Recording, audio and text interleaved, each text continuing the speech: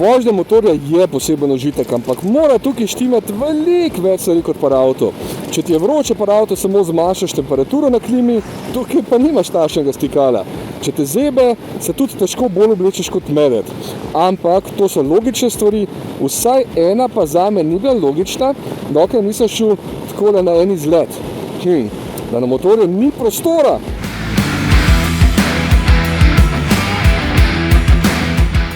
Niti za prvo pomoč, ki je obvezna in je nimam kam dati, niti pod sedež ne, kam pa ne drgam dam in potem moram vedno tlačati le noter v žep, kar mi ni pa niti najmanj všeč, pa še udobno ni.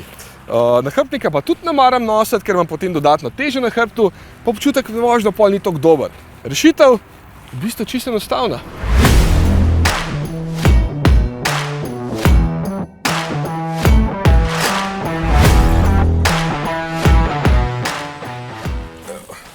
Bojan. Pozdravljen. Bojan, kakšen sem. Tole moram skozi furati in imam polne žepe vsega tega, pa vem, da imaš ti zihar boljšo rešitev. Malo rešitev. Ja? Tlele bojo namestila na rezervoar eno tako lučno tank torbico, pa bojo žepi prazni. Če boš pa hotel še čelado pospraviti, pa vzadej en kovček, tak lep. To sem pa videl, da jih folk vozi skozi. Ja. Tako da, kaj bo to lahko mi da zmontirala, je to dolg? Pa bova naredila. Bova zrihtala. Bova zrihtala, par minut bo trajal, pa boš se odpeljal lahko naprej.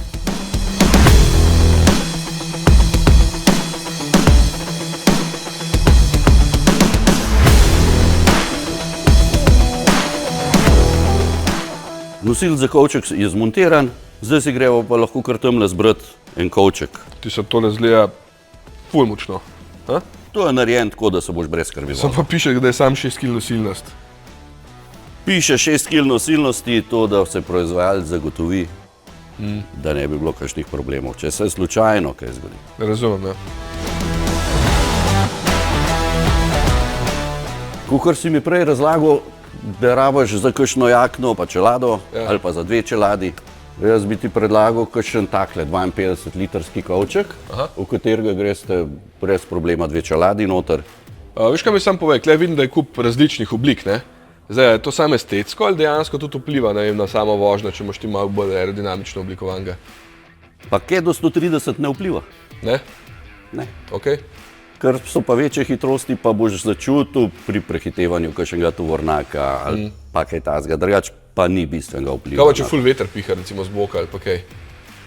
To se boš pa že tudi tako po stran vozil, ker tist pa se raj parkiri, pa počaki, da veter neha.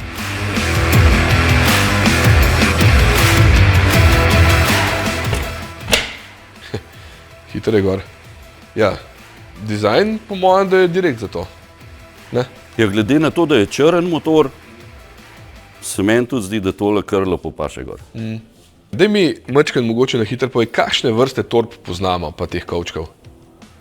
Tukaj vidim, da so pač tank torbe, ne? Tank torbe, to je zdaj taka, ko si rekel, da rabaš bolj za drobnarijo. Tako. Obstaja tudi večja tank torba. Če imaš več prtljage, daš lahko večje in vse gre na isti nosilec. Ja.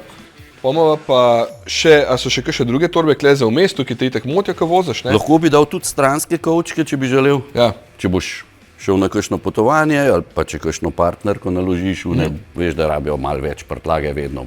To se lahko namesti, ne glede na to, da imaš že tega gor. To je vse lahko naknadno nameščeno. Koliko litrov imajo recimo te stranski? Koliko v bistvu dejansko vsega skupaj lahko spravaš? Ja, stranske kovčke bi imel lahko od 22 litrov, govoriva za enega, pa do 48 litrov za enega. Po enega? Vsak.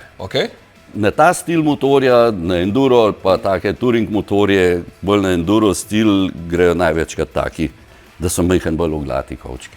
Ker vidim, da to je kar prostorna zadeva, drugače res to 2 čeladi noter, ne? Ja, 52 litrov ni toliko manj. A je tukaj treba na kakršnokoli stvar paziti? Recimo, jaz sem voznik začetnik, ne? Kar pomeni, da, oziroma nisem več voznik začetnik, no, ampak sem pa voznik brez izkušenj, ne? In jaz recimo take stvari na novo kupujem. Na kaj moram najbolj paziti, ko se za to odločim? Tlej ni problema. Okay. Tlej ni nobene težave, zato ker je kovček ožji od krmila. In kjer ti gre krmilo, bo šel tudi kovček. Nekatere je strah, da je preširok, pa ne vem koga. To ni res. Takrat moraš bolj paziti, ker namastiš še stranske kovčke. Predvsem, če kakšne široke kovčke z veliko prostornino naložiš, tam pa zna prideti malo širši od krmila in tam moraš biti pa majhen bolj previden pri vožnji. Da mi sam še povej, tole je zadeva, ki se ful enostavno pol dol sname, ne? Ja, čisto enostavno. Poglej. Zasukaš ključ. Ja. Vzameš in neseš. Ja. Lep pozdrav. Ok, Bojan, vidim, da to je ful enostavno tu dol gor vzeti, ne? A drugače je to varno? Ne? Seveda je varno, se je testirano. To stoji gor, to ne more dol pasti. Mislim, verjetno obstaja tudi tle določeni standardi, tako kot so drugje, ne? Tako je. In vse to je homologirano, se je proizvajalec živi garantira za to. Ok. Super, lej, pa sem zdaj spet opremljen. Zdaj veselo na pot. Ja, seveda, zdaj pa lahko tudi kam dlje, končno. Ker zdaj sem se sam kle okoli vozil, veš. Ja, da si boš malce s sabo vzel. Vsaj to, pa da lahko še piknik naredil v naravi za drago, a ne? Evo, končno lahko lepo kamero dam noter, pa prvo pomoč, a ne? Zaprejem telefonček, imam tu zdaj kam dati, kakšna navigacija. Res sem dal hrabo.